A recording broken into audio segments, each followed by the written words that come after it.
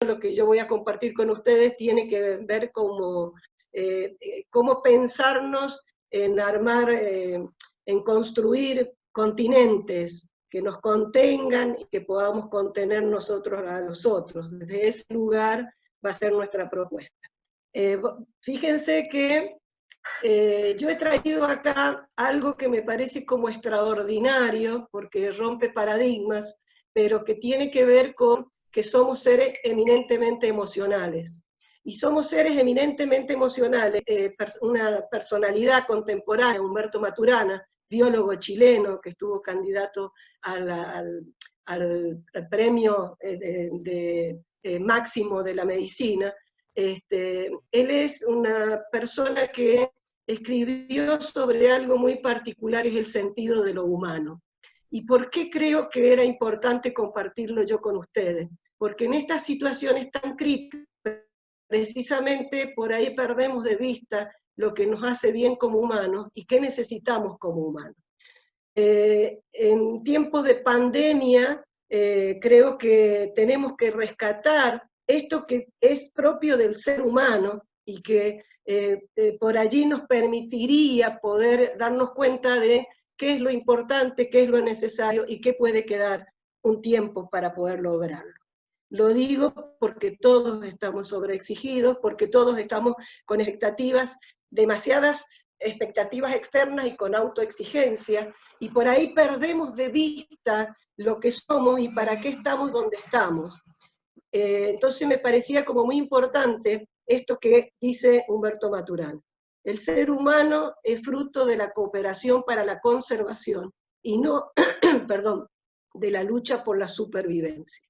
Nada mejor que pensarnos en este momento en el que necesitamos al otro y necesito estar disponible también yo para el otro, es cuando tenemos que empezar a pensarnos y repensarnos cómo crear ambientes segurizantes, ambientes saludables, que nos permita accionar y no que estemos reaccionando constantemente. Por eso hablo de nosotros, los adultos, porque en realidad somos nosotros los que tenemos que encontrar algunos elementos, algunos instrumentos, algunos aportes teóricos que nos permitan poder transformarnos en este momento de grandes transformaciones, pero para crear continentes que nos contengan y podamos estar disponibles para la tarea, para la familia, para nuestros niños.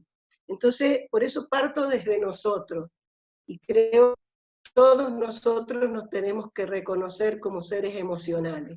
Y esto es tan fuerte que está impactando tan fuerte en todas nuestras relaciones. Entonces, repensarnos desde los aportes que nos puede dar varios autores que nos permita comprender a nosotros como seres emocionales, creo que nos permitiría alivianar la carga, poder reconocer lo que nos está pasando y en la medida de lo posible pensarnos y pensar cómo puedo accionar. Entonces quiero rescatar de la esencia de lo humano estas tres características, porque esto le dan importancia a nuestro vivir y a nuestra tarea educativa. Y creo que desde ahí es importante pensarlo. Humberto Maturana dice que somos Homo sapiens sapiens. Y esto es muy importante, porque nosotros tenemos la capacidad de razonar. Ahora, somos personas que pensamos, pero aparte, y acá está la situación de este intercambio, de esta posibilidad de reflexionar y compartir, es que somos capaces de pensar sobre lo que pensamos y lo podemos transformar. Es decir, no es solamente Homo sapiens, somos Homo sapiens sapiens. Y ahí es donde está el quid de la cuestión de la posibilidad de compartir y reflexionar ahora. Podemos reflexionar sobre lo que pensamos y nos podemos transformar. Esto lo hablo en sentido que toda esta situación de crisis, esta situación de grandes incertidumbres, es donde más tenemos que pensar sobre lo que pensamos y tratar de ir resignificando cosas que nos permita accionar. Pero también él dice que el hombre es, al menos conocido en la especie, en todas las especies, es el hombre que ama. es el hombre homo amantis. No solamente somos seres emocionales, sino que en la interacción con el otro construimos sentimientos. Somos capaces de amar y de hacer cosas por amor, de generar acciones y mucho más, poderle poner palabras a las acciones. Eso es exclusivo del ser humano, porque las emociones también las compartimos con algunos animales y los animales reaccionan a partir de las emociones. En el caso nuestro, somos seres emocionales, pero en la interacción con el otro podemos autorregular las emociones y empezar a construir sentimientos. Y eso me parece que no lo tenemos que perder de vista, porque no solamente somos seres racionales que podemos reflexionar sobre lo que pensamos, sino que aparte somos seres amantes, capaz de generar ternura, capaz de generar amor, pero también capaz de generar reacciones de agresión, de odio. Esto se construye con el otro. Allí es donde creo que nosotros nos tenemos que poner como adultos, porque por allí estamos esperando que el otro cambie y que quizás el primero que tiene que cambiar somos nosotros. Pero para eso hay algo muy importante que me parece que yo lo rescato y lo hago propio, es que si no estoy en la emoción que incluye al otro en mi mundo, no podría ocuparme de su bienestar. Fíjense que eso es empatía. Cuando yo estoy tan centrado en lo que a mí me pasa, en lo que no puedo, en lo que me exigen, me voy cargando emocionalmente y en lugar, insisto, de generar una acción de ternura, de escucha, de empatía, reacciono. Y es lógico. Y está permitido en nosotros, por supuesto. Pero nosotros somos Homo sapiens sapiens. Entonces, lo que tenemos que poder es autorregularnos a partir de pensar qué nos está pasando. No negar nuestra emoción, no negarla, pero sí poder autorregularla. Y la voy a autorregular cuando eso pasa al pensamiento y puedo analizar lo que estoy haciendo. Henry Ballon dice que cuando la emoción nos invade, se bloquea el pensamiento. Eso le pasa a muchos de nuestros niños.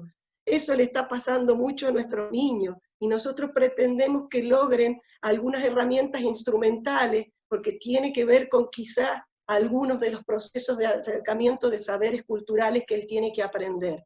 Entonces, si yo no identifico la emoción del otro en mi mundo, es muy difícil que yo pueda buscar su bienestar, que lo pueda acompañar. Entonces acá hay un interjuego de emociones, pero quienes tenemos que aprender a poder ver qué nos pasa, ponerle palabras a lo que nos pasa y poder tomar la distancia para estar disponible para el otro, somos nosotros. Ahora, ¿es una exigencia? Por supuesto. Por eso la idea ahora es plantearles algunas alternativas que nos permita poder empezar a construir continentes que nos permitan actuar, que nos permitamos relacionarnos y que podamos lograr lo que podamos lograr, porque eso también me parece que es importante tenerlo en cuenta, poder identificar qué es lo importante, qué es lo necesario y qué se puede recuperar a posteriori. Y también hay una característica muy importante que tiene que ver con el ser humano, que es homo ludens, el juego. Pero el juego no es el juego que me proponen de afuera, es la posibilidad de el impulso lúdico. Y fíjense que esto también, y lo vamos a trabajar en la próxima jornada, tiene que ver con la evolución del ser humano. Y tiene que ver con la frase que yo escribí arriba, que no es mía, es de Humberto Maturana. El ser humano es fruto de la cooperación para la conservación. Pero para poder generar instancias de protección, de crecimiento compartido, de construcción de noción de comunidad, aparece la actitud lúdica, porque la actitud lúdica lo que nos genera es una gran instancia de dopamina, una gran cantidad, ¿sí?, de neurotransmisores que nos lleva a la motivación, al placer, a la búsqueda de ser creativos. Eso es propio del ser humano y es lo que no tenemos que perder. Por eso, Homo sapiens sapiens, Homo amanti y Homo ludens, no lo perdamos de vista. Creo que estas son aquellos elementos que nos permiten reconocernos como seres humanos, que necesitamos de otros seres humanos para desarrollarnos, pero para construir comunidad. Y construir comunidad tiene que ver con lo común. Entonces, por eso yo lo rescato, y que nos podamos reconocer nosotros también como seres emocionales que nos pasan cosas. Creo que esto es importante porque tiene que ver con nuestra acción profesional, con nuestra acción personal, con nuestras interacciones. La emoción es el primer sistema de comunicación y de relación que me lleva a generar la expresión y la comunicación de lo que soy, pero eso lo he construido con un otro. Ahora, fíjense esto es muy importante porque nosotros estamos muy preocupados en la acción, y es lo que pensamos, cómo hacerlo, cómo recibirlo, cómo generar esto, cómo... Bueno, recuerden esto, la acción la organiza la razón. Nosotros como seres humanos que tenemos la posibilidad de razonar y reflexionar, pero ¿saben qué? En el momento de la acción lo decide la emoción. Porque yo me puedo preparar bárbaro, pero frente a la primera frustración empiezo a alterar mi equilibrio emocional, me empiezo a poner tensa, me bloqueo, y no puedo por ahí estar disponible frente a lo que el otro me plantea como una frustración mía, pero a la vez no puedo ver la frustración del otro. Entonces, quiero rescatar esto para que nos podamos reconocer y podamos identificar qué es lo importante, qué es lo necesario, y qué podemos recuperar luego.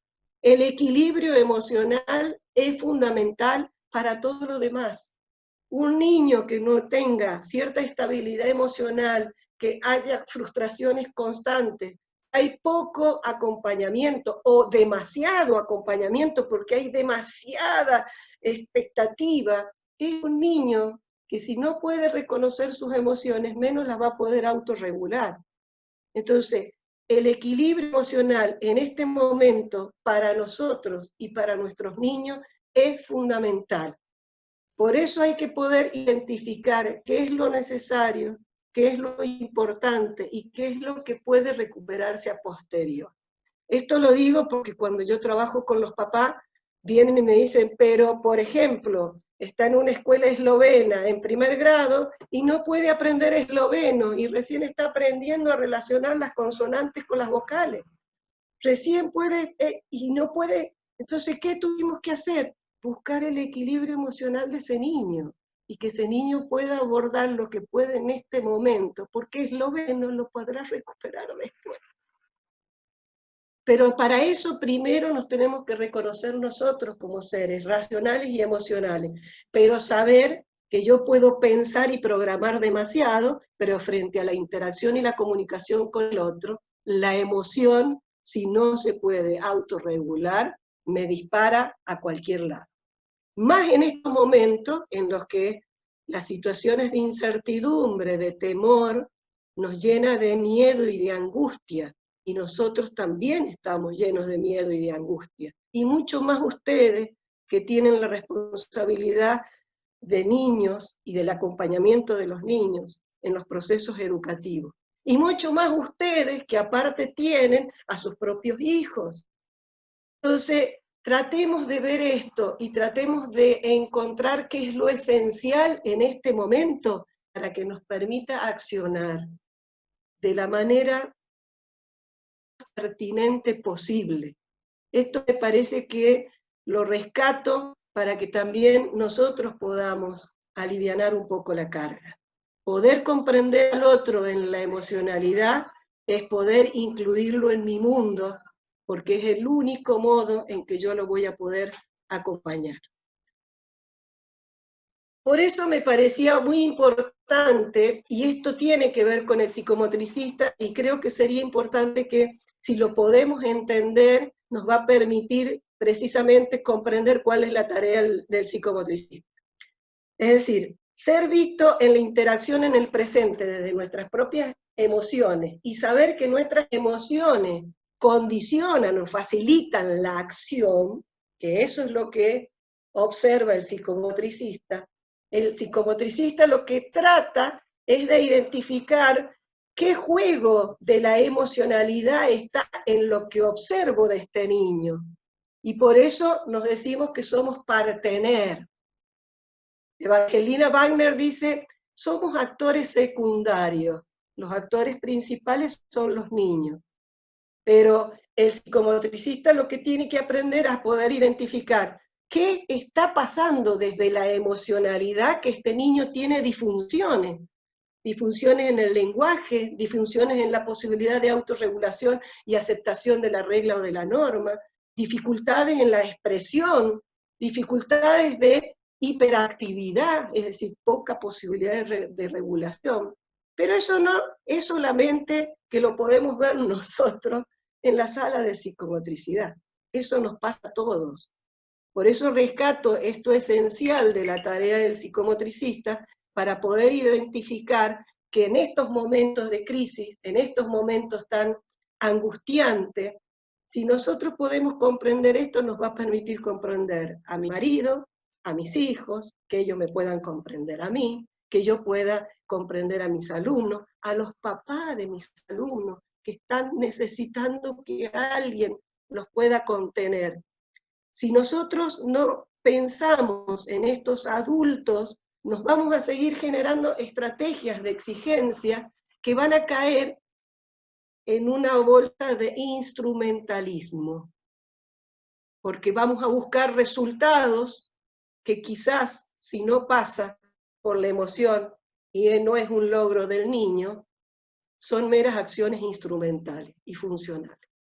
Entonces, esto que yo digo acá, desde el aporte de pensarnos que somos seres emocionales y que la emoción impacta en la acción, si bien es parte de la tarea del psicomotricista, en este caso es muy importante pensar que esta herramienta nos permitiría pensarnos de manera más adecuada, más acertada en la interacción entre nosotros.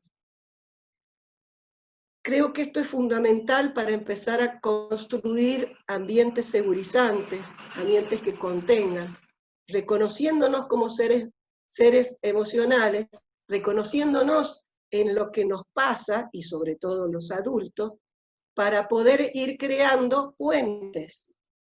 Fíjense, un puente tiene un extremo y otro extremo, y las fuerzas se van equilibrando para llegar a una cierta fortaleza. Bueno, eso es lo que creo que tenemos que empezar a hacer nosotros como docentes, como psicomotricistas, como supervisores y como equipo directivo.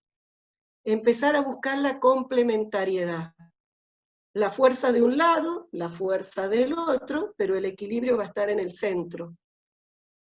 Cooperar y complementarnos, creo que este es el momento adecuado para empezar a pensarnos. Nosotros los seres humanos somos seres emocionales y se vive en la dinámica corporal. Por eso quienes definen las emociones básicas te dicen que no es algo que nosotros lo podamos controlar. Aparece. Cuando tengo miedo, aparece la gestualidad. No, ni siquiera necesito ponerle nombre. Cuando hay algo de sorpresa, y todos hacemos lo mismo. Lo que nosotros construimos a partir de las emociones son los sentimientos. Entonces, tengamos en cuenta eso, porque para eso tiene que ver la relación con otros humanos. Les pido que a medida que yo vaya hablando, que me embalo y todo lo demás, sé que las chicas, Patricia y Celeste, están escribiendo las preguntas para que después lo podamos dialogar.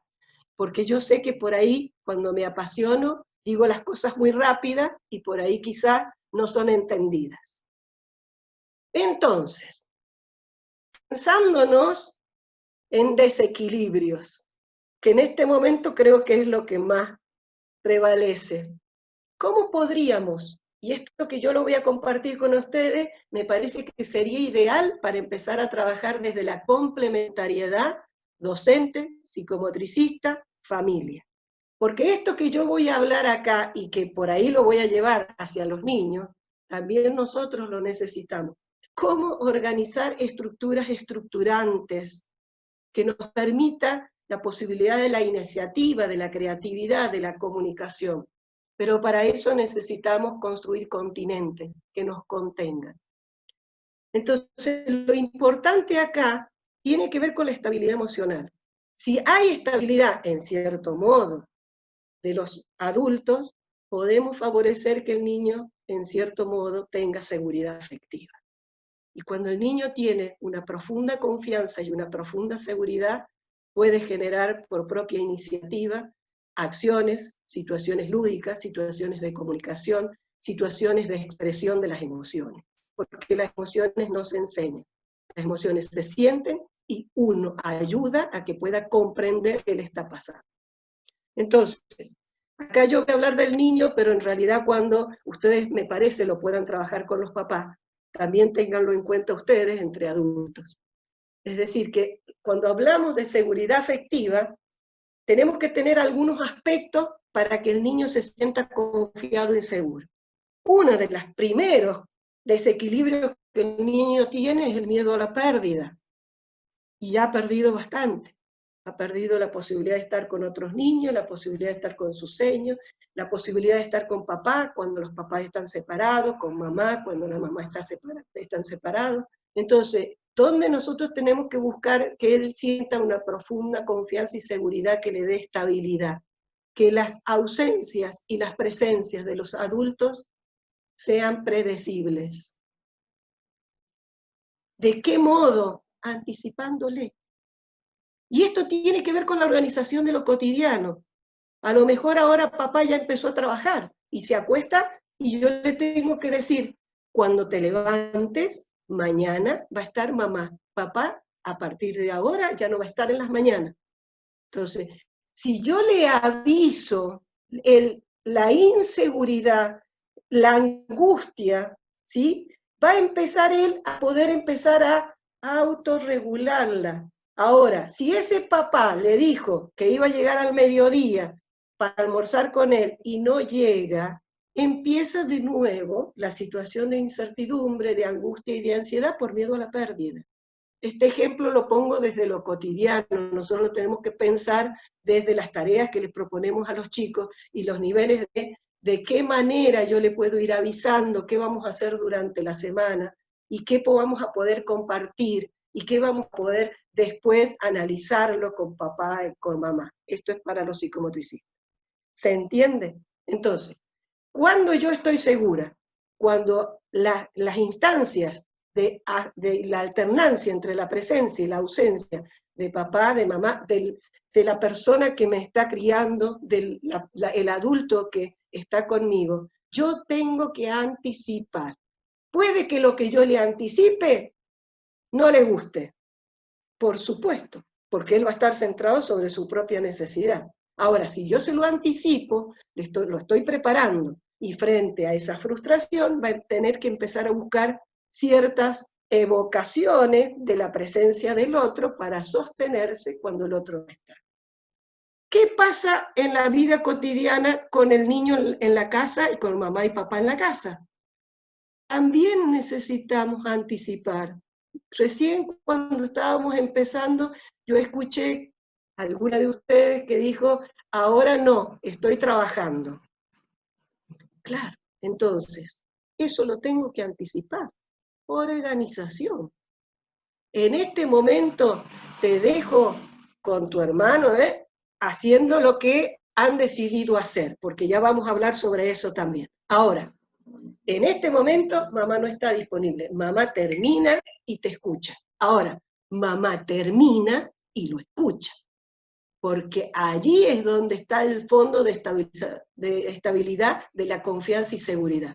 Porque si yo le dije que me esperara, capacidad de desarrollo, de autorregulación, después tengo que cumplir. Fíjense que son cosas muy, muy pareciera en lo cotidiano como algo ínfimo, y no lo es. No lo es, porque la autoridad la construyo cuando hay coherencia entre lo que digo y lo que hago.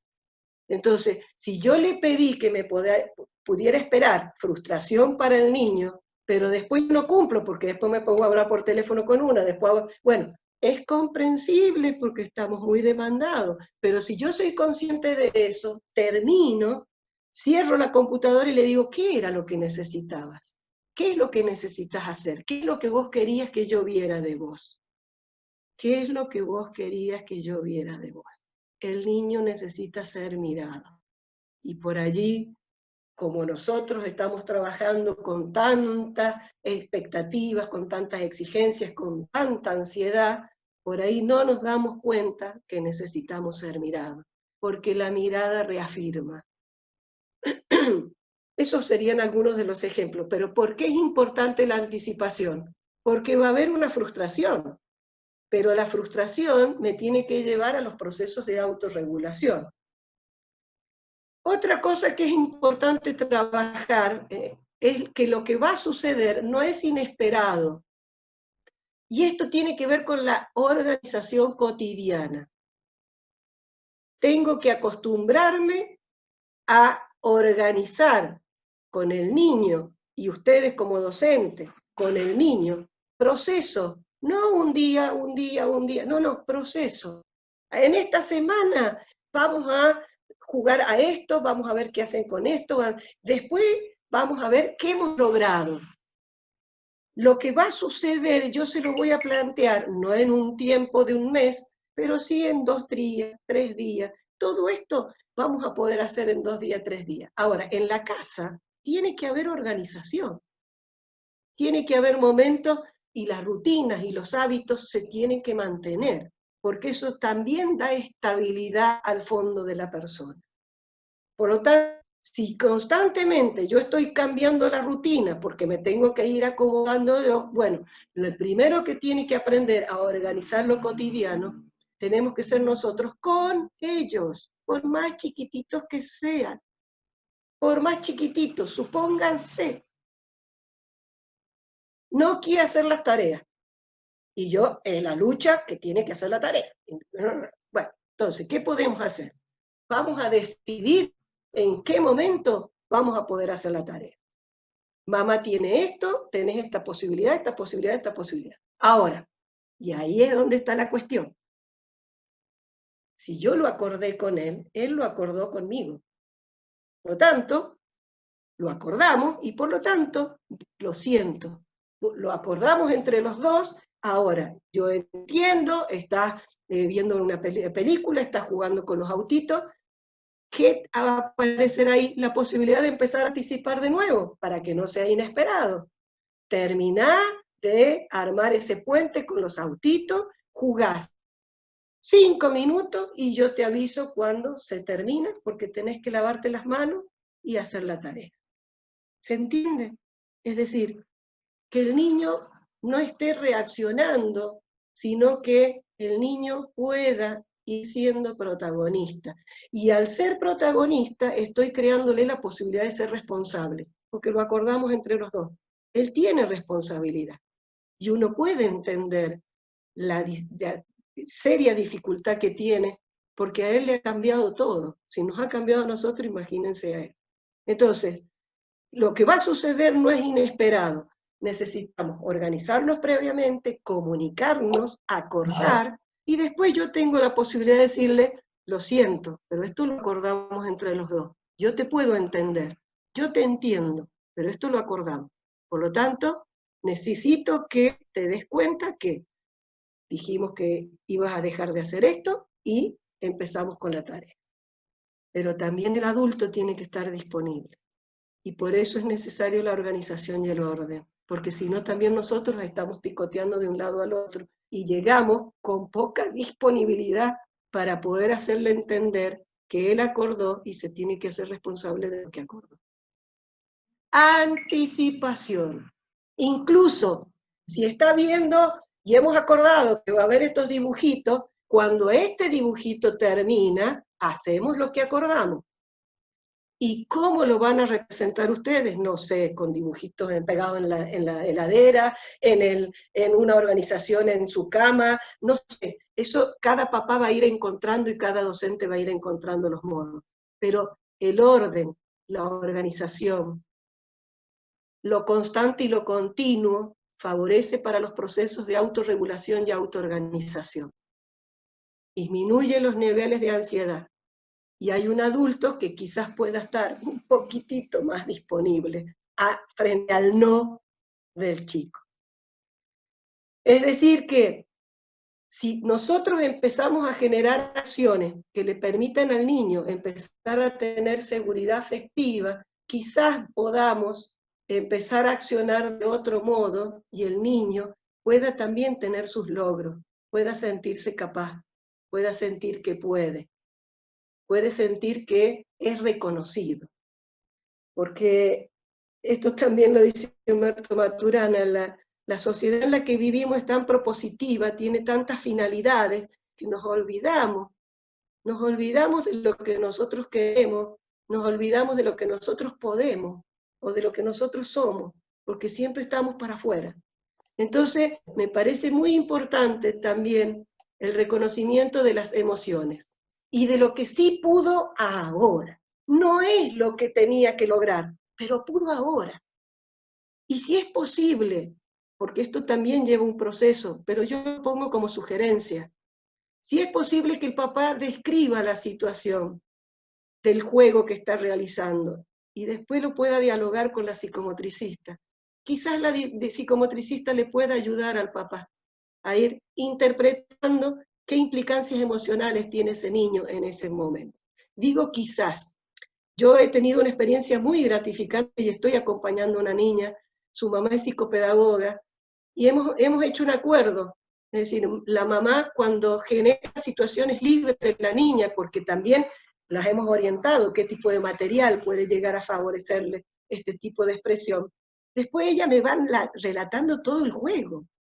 Y van apareciendo los personajes y las acciones y uno puede ir acompañándole a comprender qué está pasando emocionalmente en esa niña. Lo doy como una posibilidad para pensarlo con los psicomotricistas que están en la escuela, porque no todos los niños quizás necesitan tal tipo de acompañamiento, y por eso hablo de complementariedad entre la docente y el psicomotricista, las acciones conjuntas para también sostenernos. Y los modos singulares de aprendizaje. Nosotros nos ha cambiado el mundo, fíjense cuánto y qué tiempo hemos tenido para poder comunicarnos en el día de hoy. Nos ha cambiado el mundo, pero hemos podido hacer algunas cosas desde ese lugar. Hemos podido algo, quizás mañana vamos a poder más, pero el niño necesita en este momento sentirse reconocido en sus propias capacidades y singularidades. Hay mucha exigencia externa, pero cuando hay bloqueo emocional, yo veía una foto que pasaron en los diarios, y creo que lo deben haber visto, una mamá que le sacó una foto a un nene en Estados Unidos llorando frente a la frustración de que no puede hacer la tarea virtual. Y yo dije, Dios mío, si la emoción de ese niño no entra en mi mundo, no lo puedo ayudar, porque nos vamos más a lo propositivo, a las finalidades, a los fines, a los resultados. En este momento es fundamental el equilibrio emocional. Entonces, algunos elementos de organización en la interacción que le permitirían al niño estar más contenido, y que quizás nosotros también nos sirva para contenernos.